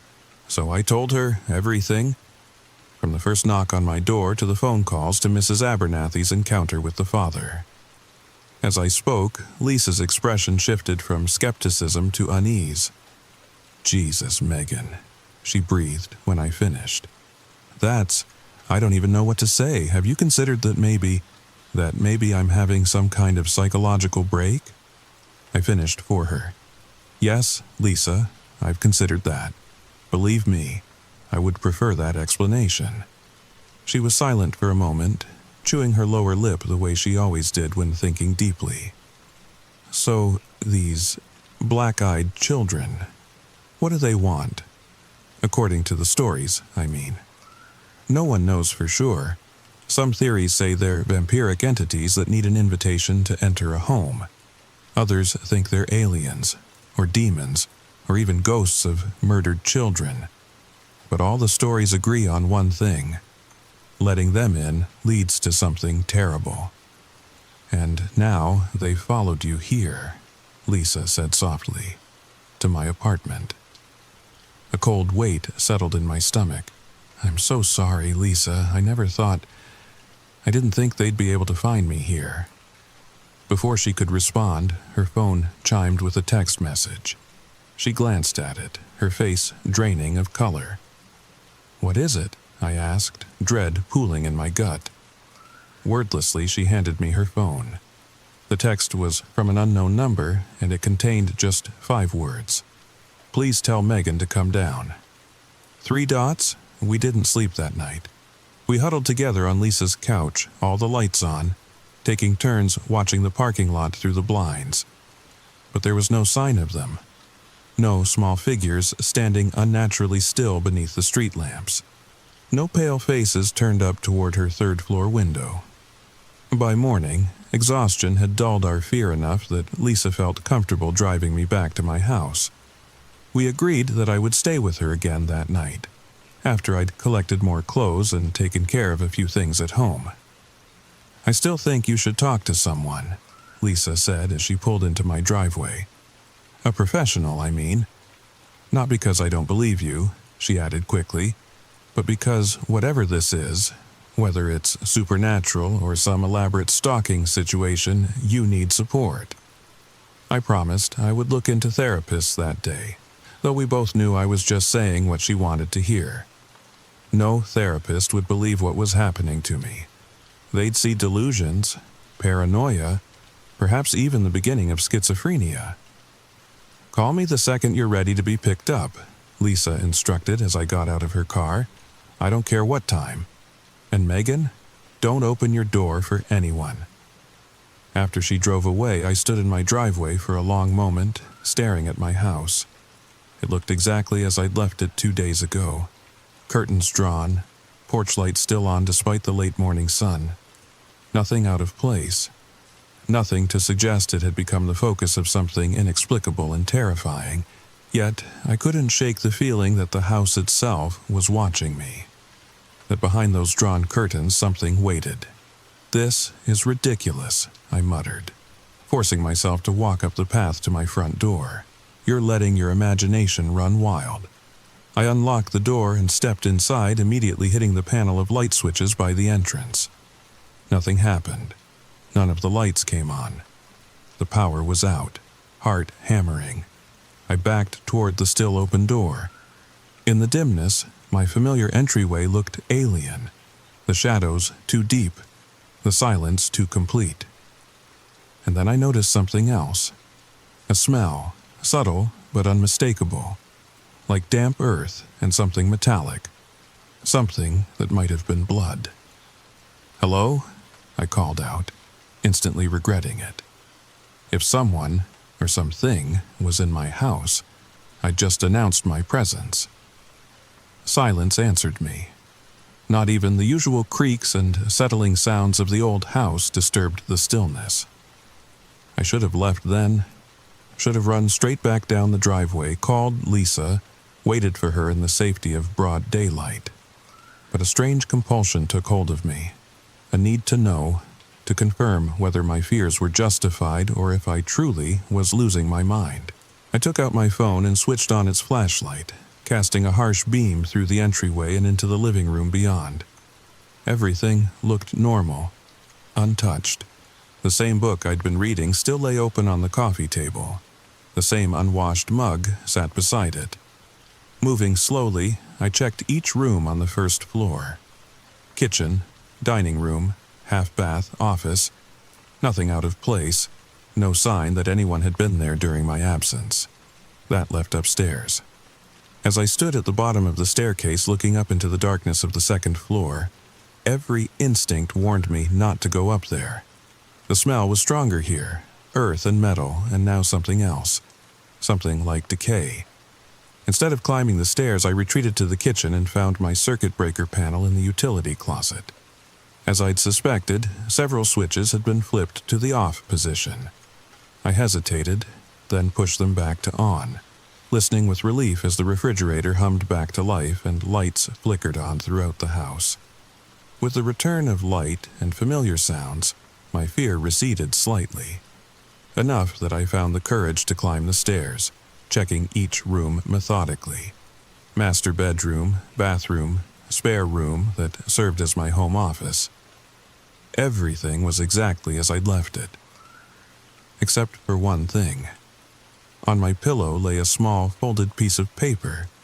With trembling fingers, I picked it up and unfolded it. Inside, written in what looked like crayon, were just 4 words. "We are still waiting." The handwriting was childish, the letters uneven and some backward, as if written by a young child just learning to write. But there was something deliberate about it, too. Something that suggested the childishness was an affectation rather than genuine. I nearly jumped out of my skin when my phone rang. Lisa's number flashed on the screen. "Hey, just checking in," she said when I answered. "Everything okay there?" "No," I said, my voice barely above a whisper. "They were in my house, Lisa, while I was gone." "What?" Alarm sharpened her voice. "Are you sure? Did they take anything?" "No, they left me a note. On my pillow." "Jesus, Megan, get out of there, now. I'm already on my way." I hung up and hurried downstairs, the note clutched in my hand. A fresh change of clothes hastily shoved into my overnight bag. As I reached the front door, the power went out again with an audible clunk, plunging the house into sudden darkness. And then I heard it. The soft padding of small feet on the hardwood floors behind me. More than one set. I didn't look back. I yanked open the front door and burst outside into the safety of daylight, not stopping until I reached the end of my driveway. Only then did I turn to look back at the house. 3 small figures stood in my doorway. The 3 black-eyed children from before. The boy in the hoodie, the little girl, and the teenager in the Letterman jacket. They didn't step outside, just stood perfectly framed in the doorway, their black eyes fixed on me. "We're waiting, Megan," the little girl called, her voice carrying clearly across the yard. "We'll always be waiting for you to invite us in." I backed away, nearly stumbling off the curb onto the street. "What do you want from me?" I shouted, fear and frustration finally boiling over. "Why me?" The teenage boy smiled then, the first expression I'd seen on any of their faces. It was a cold, empty smile that never reached those bottomless black eyes. "Because you see us," he replied simply. "Most people don't. Not really, but you do." A car horn blared, making me jump. Lisa's sedan screeched to a halt beside me, her worried face visible through the passenger window as she leaned over to push the door open. "Get in," she called urgently. I didn't hesitate, practically diving into the car. As Lisa sped away, I looked back at my house. The doorway was empty, but I could feel them watching still, from behind the curtains, from the darkened windows, their black eyes following our retreat. Neither of us spoke until we were miles away, the familiar streets of my neighborhood replaced by the busy commercial district of downtown. "I saw them," Lisa finally said, her voice small. "Standing in your doorway. Their eyes, God, Megan, their eyes were just like you described." Relief washed over me, not at the confirmation that the black-eyed children were real, but at the knowledge that I wasn't crazy, that I wasn't alone in this anymore. "What do we do now?" I asked. Lisa tightened her grip on the steering wheel. "We talked to someone who might know more about this. My roommate from college, Danny. She's into all this paranormal stuff. Studies it, actually, at the university. If anyone will know what these things are and how to make them go away, it's her." It wasn't much, but it was a plan. And for the first time since that initial knock on my door, I felt a flicker of hope. Little did I know that hope would be extinguished all too soon. Danny Rodriguez met us at a busy coffee shop in the center of town. Neutral ground, as she put it. She was nothing like I'd expected from Lisa's description of a paranormal researcher. No crystals, no gothic attire, no intense, haunted eyes. Just a petite woman in jeans and a Northwestern University sweatshirt, her dark hair pulled back in a practical ponytail, wire-rimmed glasses perched on her nose.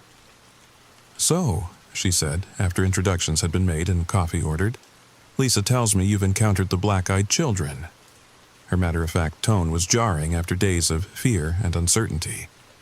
"You say that like it's a common occurrence," I replied. "More common than you might think." Danny pulled out a tablet and opened a document filled with what looked like interview transcripts. "I've documented 67 distinct encounters in this region alone over the past decade.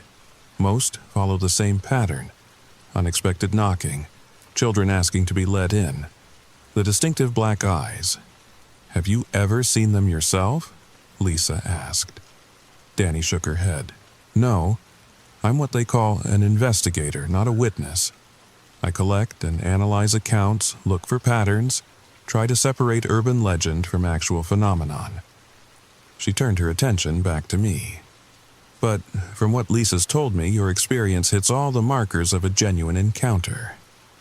"Genuine as opposed to what?" I asked. "People making it up? Or misinterpreting?" Danny clarified. "The human mind is remarkably good at finding patterns, filling in gaps, making the unknown fit into known categories. Some reported Beck encounters are likely just ordinary children seen in poor lighting conditions, or teenagers playing pranks inspired by the urban legend. She paused. But when multiple witnesses see the same thing, when the entities demonstrate knowledge they shouldn't have, when they create physical evidence, that's harder to dismiss. Like the note they left on Megan's pillow, Lisa said. Danny nodded. Exactly. Or the fact that they followed you to Lisa's apartment. Or that they knew your full name. These details suggest something beyond a simple prank or misidentification. I wrapped my hands around my coffee mug, drawing comfort from its warmth. So, what are they? And why are they targeting me? As for what they are, Danny sighed. There are theories, but no consensus. Some researchers believe they're interdimensional beings that feed on fear. Others suggest they're manifestations of collective unconscious fears, given form and power by our belief in them. A few even propose they're some kind of psychic vampire, drawing energy from human hosts. And if someone lets them in? I asked, though I already suspected the answer. Danny's expression grew solemn. In the accounts where witnesses report allowing them entry, the outcomes are universally negative: illness, accident, disappearance. In one case, a family died in a house fire 3 days after letting black-eyed children into their home. How do I make them go away? I asked. In most accounts, they eventually stop appearing. The pattern seems to be 3 to 7 visits. Then they move on. I can't just wait them out, I protested. They broke into my house. They've escalated each time. What's to stop them from doing something worse? Danny hesitated, exchanging a glance with Lisa. There is one theory about how to end the encounters permanently, but it's controversial. Tell me, I insisted. The black-eyed children seem bound by certain rules. They can't enter without invitation. They can't physically harm anyone directly, and they can't lie when directly questioned. Like vampires, Lisa murmured. Similar constraints, Danny agreed. Which leads to the theory that the way to banish them is to confront them directly, to ask what they want, why they've chosen you, and what would happen if you let them in. You want me to talk to them? I asked incredulously. Not invite them in, Danny clarified quickly. Never that. But to speak with them through a closed door. The theory is that if forced to answer... Story number 4. His form was becoming transparent, fading like a photograph left too long in sunlight. But his voice remained clear. You're asking the wrong questions, Alex. It's not about what's happening to you. It's about what's happening within you. Don't go. I lunged forward, but my hands grasped only empty air. The park around me flickered like a faulty television signal, the edges of reality fraying.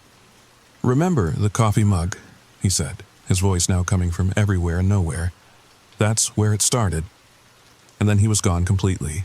The park, the people, the sounds of the city, all dissolved into a swirling darkness that engulfed me. I felt myself falling, tumbling through endless space until... I jolted awake in my own bed, gasping for breath, sheets twisted around my legs like restraints. Weak morning light filtered through my blinds, and for one blissful moment, I thought it had all been a nightmare. Until I saw the coffee mug on my nightstand. My favorite one. White ceramic with blue speckles from my sister. Half full of cold coffee.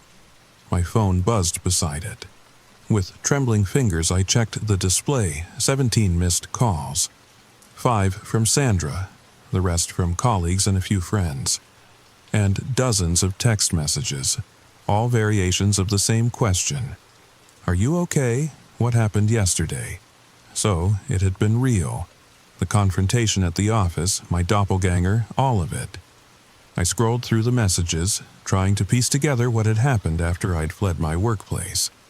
According to Melissa, I had returned to the conference room, explaining that some random guy with an uncanny resemblance to me had approached, clearly confused or mentally unwell. Y had suggested someone call security, but by then I was already gone.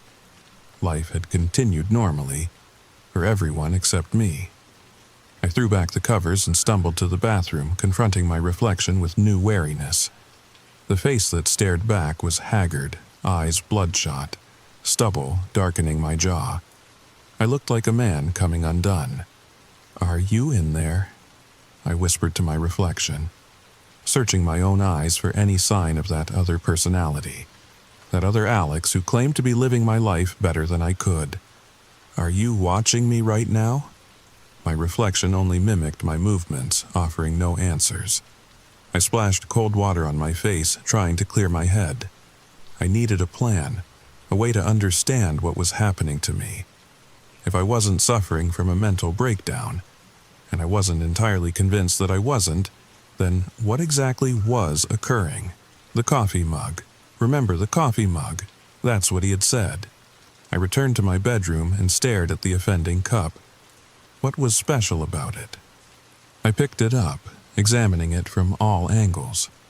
Just a simple ceramic mug, half full of cold coffee I didn't remember pouring. Wait. I sniffed the contents. Coffee, yes, but with something else, something vaguely medicinal. I dipped my finger in and tasted it cautiously. Underneath the bitter coffee, there was a strange chemical aftertaste. My mind raced back through the past months. The blackouts had started small, misplaced items, brief moments of confusion, then longer periods of missing time. And always, I would find my coffee mug somewhere unexpected. Was I being drugged? But by whom? I lived alone. No one had access to my apartment except... A memory surfaced. 3 months ago, I'd lost my keys. After tearing apart my apartment looking for them, I'd finally called a locksmith to change the locks. But the next day, my original keys had reappeared in my desk drawer at work. I'd been relieved, if confused, and kept both sets. Had someone made copies before returning them? Had someone been entering my apartment, contaminating my coffee for months? It seemed far-fetched, yet more plausible than a physically manifested split personality. But it didn't explain how someone could look exactly like me, down to the smallest details. Or why they would go to such elaborate lengths to, replace me, torture me, make me think I was losing my mind? I needed evidence. I dumped the remaining coffee into a plastic container and sealed it. Then I began methodically searching my apartment for cameras, microphones, anything that suggested surveillance. 2 hours later, I had found nothing. No hidden cameras, no listening devices, but I did find other disturbing signs that someone else had been living in my space. Clothes in my hamper I didn't remember wearing. A receipt for a restaurant I hadn't visited. A business card for a therapist I'd never heard of with an appointment written on the back. Tomorrow's date. My phone buzzed again. Sandra. "Alex, thank God. Are you okay? We've been worried sick." I hesitated, unsure how to respond. What had my doppelganger told them? What would happen if I contradicted his story? "I'm not feeling well," I said finally. "I think I need a few days off." "Of course." Sandra's voice softened with concern. "Take whatever time you need. That was quite a disturbing incident yesterday." "Can you tell me?" I paused, choosing my words carefully. "After I left, did the other person say anything about me?" There was a brief silence. "Alex, there is no other person. It was just you, acting strangely, then coming back to your senses. The doctor said—" "Doctor?" I interrupted. "What doctor?" "The psychiatrist that came to the office, don't you remember?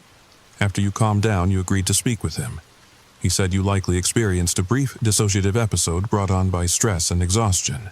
My blood ran cold. A psychiatrist? I had no memory of this. My doppelganger was covering his tracks, establishing a narrative that would make anything I said seem like the ravings of an unstable mind. "Right," I said weakly. "The doctor. Yes. Sorry, it's all a bit fuzzy." After ending the call, I sat in stunned silence. The situation was worse than I'd imagined. Whatever was happening My double was methodically undermining my credibility. If I tried to tell anyone the truth now, they'd likely attribute it to my condition. I was trapped in a nightmare with no clear way out. The container of coffee caught my eye. Perhaps there was one avenue still open to me, hard evidence. If I could prove I was being drugged, it might lend credibility to the rest of my story, no matter how implausible it seemed. I dressed quickly and carefully sealed the container in a plastic bag. There was a medical laboratory downtown that offered private testing services. Expensive, but I was desperate for answers. As I prepared to leave, a new text message appeared on my phone. The therapist is excellent. Very understanding about unusual situations. I think you'll like her. The unknown number again. I ignored it, pocketing my phone and grabbing my keys, both sets to be safe. The laboratory was sterile and anonymous, staffed by technicians who asked few questions beyond what tests I wanted run. I claimed I suspected someone had tampered with my drink at a bar and was willing to pay for comprehensive testing. The technician nodded, unfazed, and told me results would be available in 48 hours. 2 days. I had to survive 2 days without knowing whether I was being poisoned or truly losing my grip on reality. I couldn't return to my apartment. It felt contaminated, unsafe. Instead, I checked into a different motel, paid cash again, and tried to think through my options. If someone was drugging me, creating these blackouts and lost time, they must have a purpose. Identity theft seemed the most logical explanation, but my double wasn't just using my credit cards or accessing my accounts. He was living my life, interacting with my friends and colleagues, seemingly trying to replace me entirely. But why? What could anyone possibly gain from such an elaborate deception? Unless, what if he had been telling the truth? What if he really was some manifestation of my subconscious, a physical embodiment of my repressed desires and ambitions? The idea was absurd, impossible, yet so was everything else that had happened. I paced the small motel room, theories spiraling through my mind until exhaustion finally overcame me and I collapsed onto the bed, fully clothed. Sleep brought dreams of corridors again, doors opening onto scenes from my life. But this time I recognized the pattern. These weren't just random dreams. They were memories of times I'd lost, moments my doppelganger had stolen from me.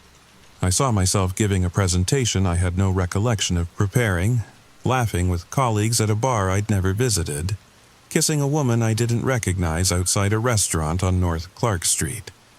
In each scene, I, the other I, moved with a confidence I rarely felt, spoke with an eloquence I usually stumbled to find.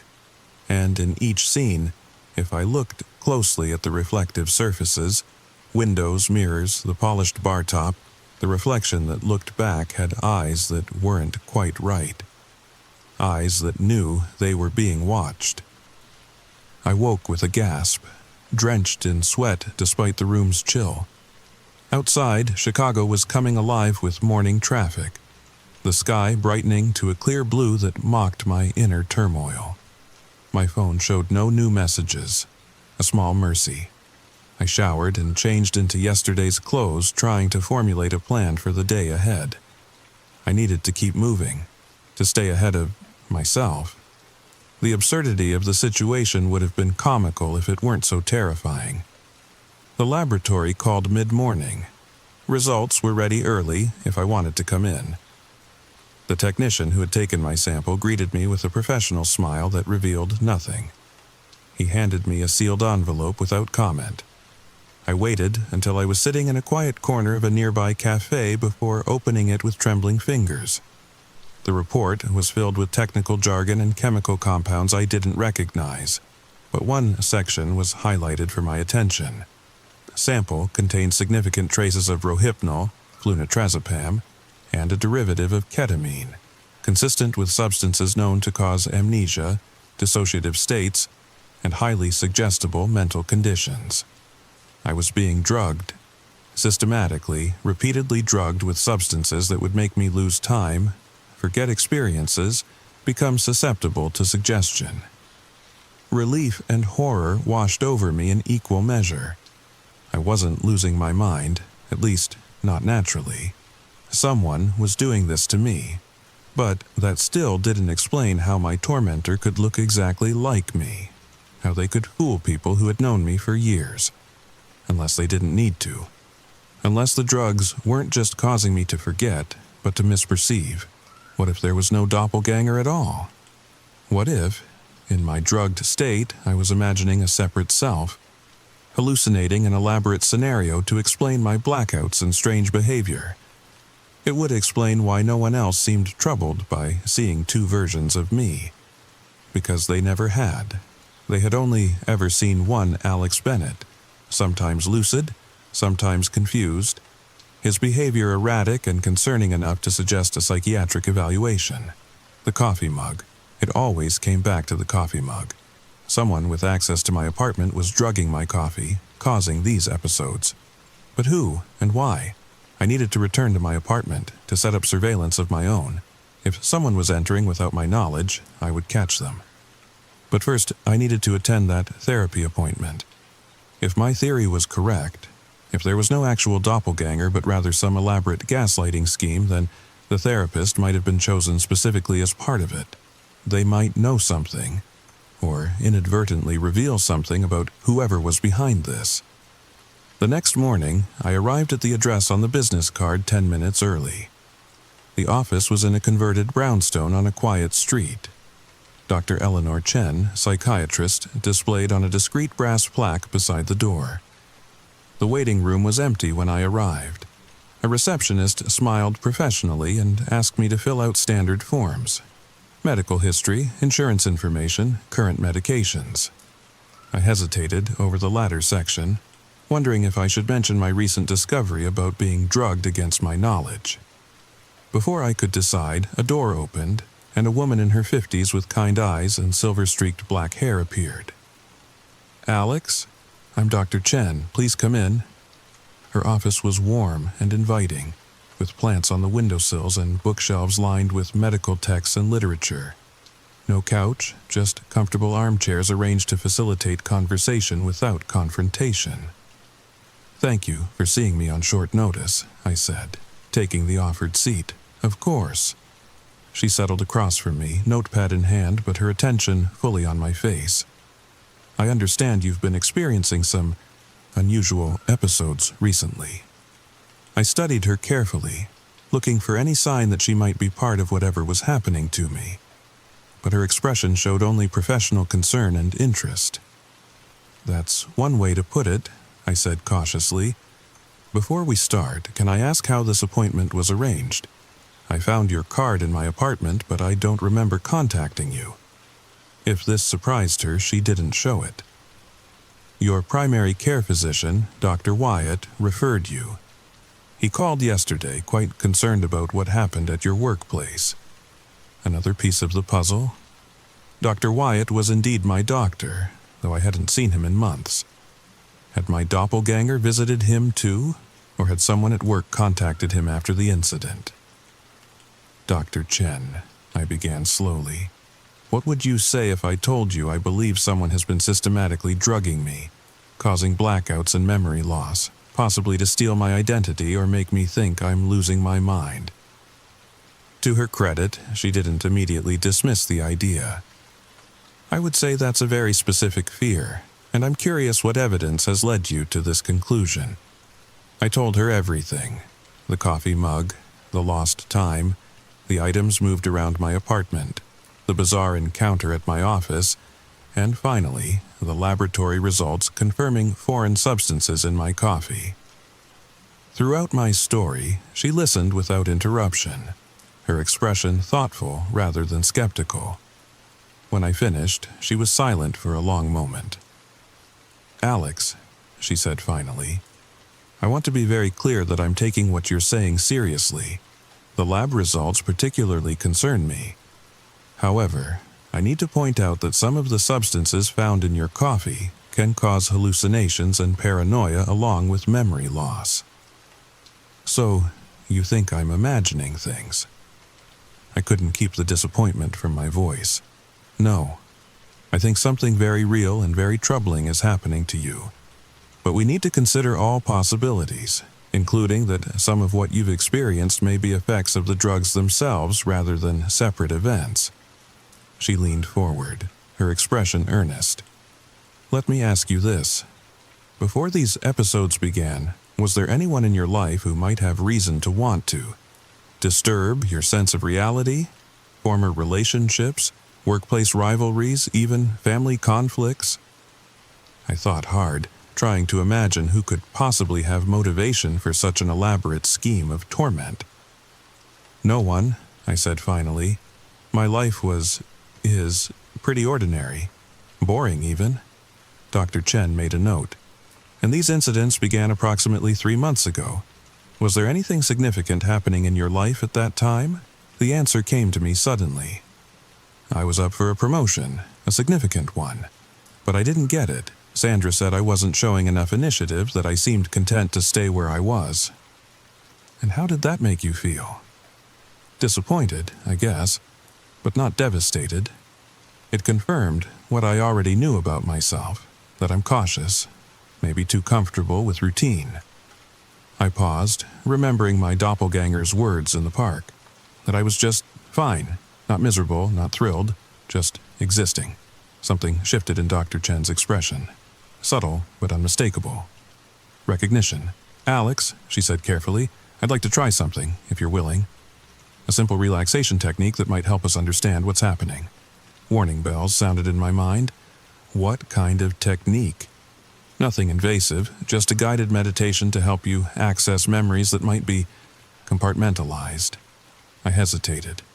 You think I have some kind of dissociative disorder? That I'm doing this to myself? I think, she said gently, that the mind creates fascinating mechanisms to protect itself when under stress. Sometimes the very qualities we suppress or criticize in ourselves will find other ways to express themselves. The implication hung between us. My doppelganger wasn't a physical entity or a hallucination, but a part of my own consciousness that had broken free. What about the drugs in my coffee? I challenged. A question worth investigating, she acknowledged. But let's start with what we can explore right here, right now. Would you be willing to close your eyes and follow my voice for a few minutes? Against my better judgment, curiosity won out. I nodded and closed my eyes. Take deep breaths, Dr. Chen instructed, her voice taking on a rhythmic quality. In through your nose, out through your mouth. Feel the tension leaving your body with each exhale. I followed her instructions, my initial wariness gradually giving way to a state of calm unlike anything I'd experienced in recent memory. Now, she continued, I want you to think back to that coffee mug, the white ceramic with blue speckles, your favorite mug. Remember the first time you noticed it had moved? Picture that moment clearly. In my mind's eye, I saw myself coming into the kitchen that morning, confused to find the mug on the nightstand instead of in the dishwasher where I'd left it. Now, Dr. Chen's voice seemed to come from far away.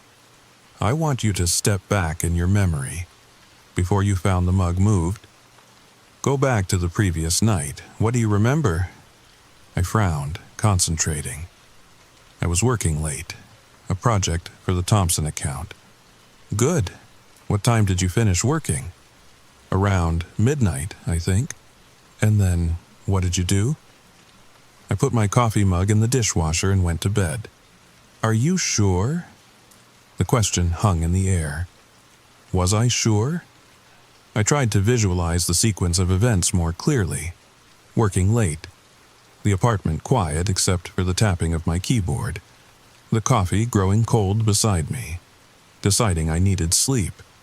Standing up, stretching, taking the mug to the kitchen, and a flash of something else.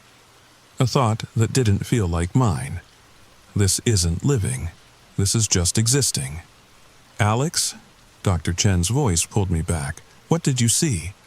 I'm not sure. My voice sounded strange to my own ears. I think I think I might have been angry, frustrated with my life, with the routine. And what did you do with that frustration? Another flash, standing in my kitchen, staring at my reflection in the window, hating what I saw. The endless, predictable loop of my days. The safety I'd chosen over passion. The security I'd prioritized over joy. And then, a decision, a radical one. My eyes flew open. Dr. Chen was watching me carefully. I think, I said slowly, the realization dawning with horrifying clarity, I might have drugged myself. The words hung in the air between us, simultaneously absurd and the only explanation that made sense of everything. The moved objects, the coffee, the blackouts that began after my professional disappointment. Why would I do that? I whispered, more to myself than to her. Dr. Chen's expression was compassionate but direct. Sometimes, when we feel trapped by who we've become, the mind seeks escape routes. Most people change jobs, and relationships move cities. But occasionally, when these external changes feel impossible, the pressure turns inward. So what? Created another personality and started drugging myself to let it take control? The idea was preposterous. And yet, I'm not prepared to diagnose anything in our first session, Dr. Chen said carefully. But the combination of dissociative drugs, significant life stressors, and your own admission of feeling trapped in your routine creates a compelling hypothesis. I remembered the laboratory report. Rohypnol, ketamine, drugs that would cause exactly the symptoms I'd been experiencing. Drugs I could have obtained online with enough determination. But the confrontation at my office, I protested. People saw both of us, both versions of me, at the same time. Did they? Dr. Chen countered gently. Or did they see one person, you, behaving erratically, making contradictory statements, appearing confused and then lucid? The human brain is remarkably adept at creating narratives to explain the inexplicable. My certainty wavered. Had I hallucinated the entire confrontation? Imagined my doppelganger as a separate physical entity when he was merely another state of my own consciousness? I don't know what's real anymore, I admitted, the fight draining out of me. That's a frightening place to be, Dr. Chen acknowledged. But it's also the beginning of truth. The first step toward healing is recognizing that something is wrong. I looked up at her, suddenly desperate for guidance. What do I do now? First, you stop drugging yourself, she said firmly. No more coffee from home until we're certain it's safe. Second, you allow yourself to explore this other aspect of your personality, not through chemical means, but through therapeutic ones. And if I'm not doing this to myself, if someone else is drugging me, manipulating me, then we'll find evidence of that too, she promised. But Alex, either way, the core issue remains the same. You're deeply unhappy with the life you've created for yourself. Whether this unhappiness has manifested as self-sabotage or has made you vulnerable to external manipulation, addressing it is essential to your recovery. As I left Dr. Chen's office an hour later, the Chicago afternoon was bright and crisp. The city continued its relentless rhythm around me, people hurrying to meetings, tourists exploring landmarks, life proceeding normally despite my inner turmoil. For the first time in months, I felt a strange sense of clarity. Whether my doppelganger was a drug-induced hallucination, a split personality, or something else entirely, he represented a truth I could no longer ignore. I had been sleepwalking through my own existence. I took out my phone and typed a message to the unknown number. To myself, perhaps. I understand now, but there has to be a better way than this. The reply came almost instantly. There is. Let me show you. Standing on that busy Chicago street corner, caught between who I had been and who I might become, I made a decision. I would not surrender my life entirely, but neither would I return to mere existence. I typed one final message, not through drugs or deception. Together, consciously or not at all. For a long moment, there was no response. Then, just 3 words appeared on the screen. "I'm already here." I looked up from my phone, half expecting to see my doppelganger standing before me.